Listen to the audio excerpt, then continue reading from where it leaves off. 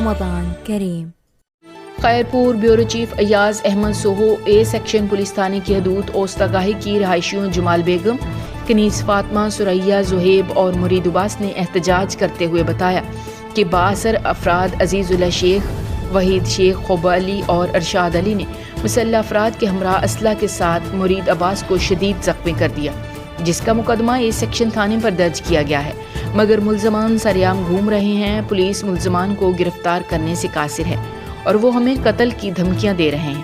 انہوں نے مزید بتایا کہ 13 سال قبل عزیز اللہ شیخ نے مرید شیخ کے والد کو قتل کر کے اس کی ملکیت 5 دکانیں، 1 پلاٹ اور 2 گھر پر قبضہ کر لیا، اور ملزمان ایک بار پھر قتل کرنے کی کوشش کر رہے ہیں، جس کی وجہ سے ہم سخت پریشان ہیں۔